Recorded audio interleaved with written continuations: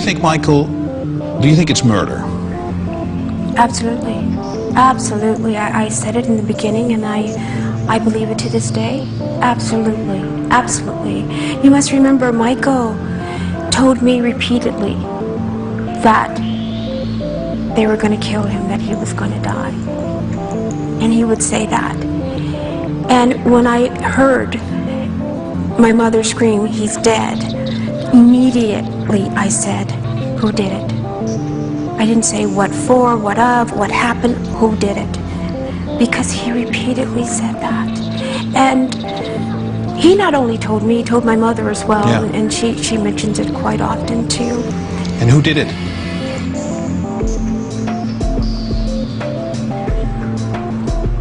There's quite a few involved. The doctor that you're looking at, the doctor that you see there, was the fall guy. That's what he was. He was the fall guy.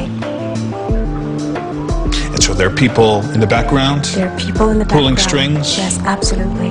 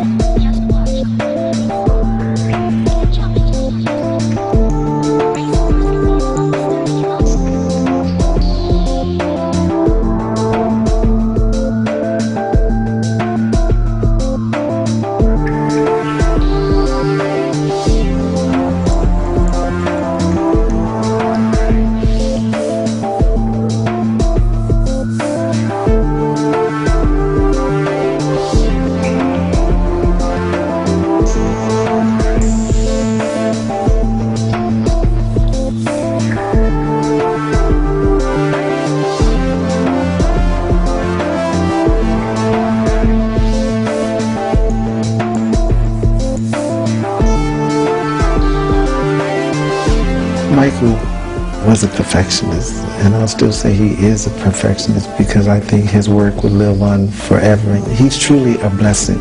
He's a blessing from Allah, and the reason why I say this is because he was blessed with so much talent and so much ability, and usually in this world people take that and they don't give back and they don't use that for the right things. Michael took Allah's blessings and he gave back to inspire children, to inspire people. And in this sick world we live in, they tried to bring him down with the very thing that he loved, which is children. And he was the voice for children who were less fortunate. And that's how these false allegations came about, and all these things about the false child molestation. Are you surprised that Conrad Murray is back to his clinic? I'm very, very unhappy with that. And I'll say this, he just took the life of one of the most wonderful human beings. Not because of his talent and his artistry, but the person he was, to take Allah's blessings and to not get concerned about homes and cars and this and that, but to give back to people and to inspire. That's what hurts. This was all planned.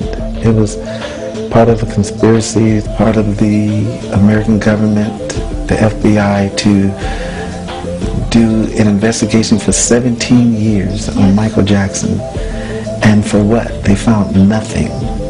And they tried and tried and tried to bring him down, to diminish his popularity. He was so powerful and success. I just wish he would have embraced Islam, and I tried very, very hard because I think that would have been his protection. So was and I wanted Michael that for Muslim the time he died? He was studying a lot. His whole protection and his security were all Muslims, and he was ready to make that journey. They just released all these FBI files, and they said they found nothing. So now they release him while he's dead because they want him out of the way. He became so successful. His kindness became a threat. Why? He wasn't interested. Why he was a threat? Because that's the way it is in this world. He's not interested in politics. He's not interested in anything but helping people.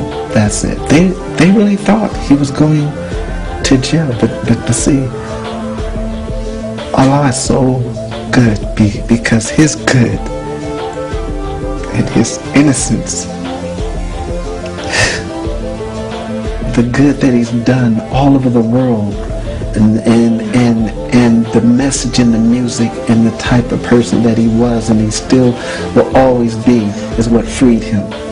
Because they tried, but that goes to show you that Allah is stronger than the judge, is stronger than the allegations, everything that they tried to put against him.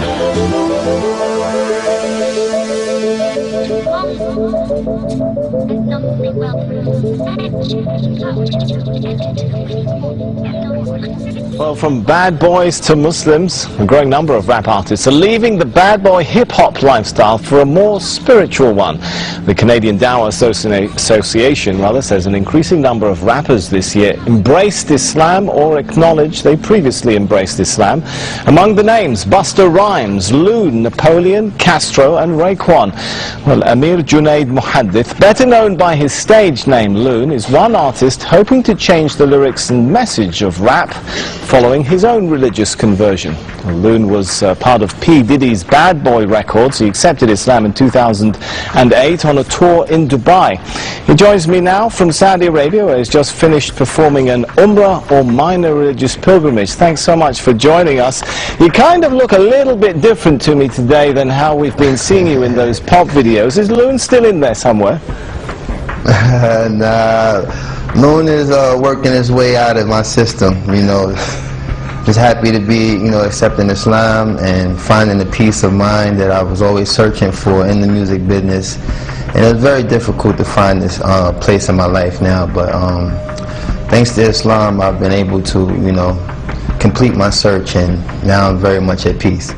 I think if the Western world really look at Islam for what it really is and stop trying to put this terrorist word with Muslims and Islam, the world could be a much better place, really, because it's the most pure religion ever.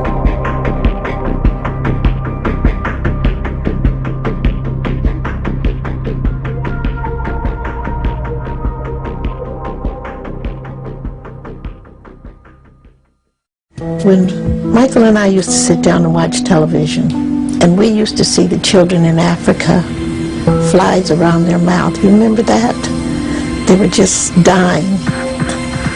And he said there were tears streaming down his face. He said, Mother, one day I'm going to do something about that. My son would never hurt a child. He loved children too much.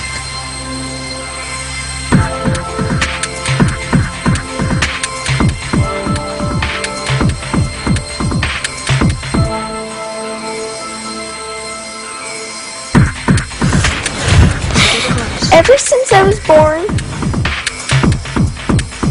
Daddy has been the best father you could ever imagine.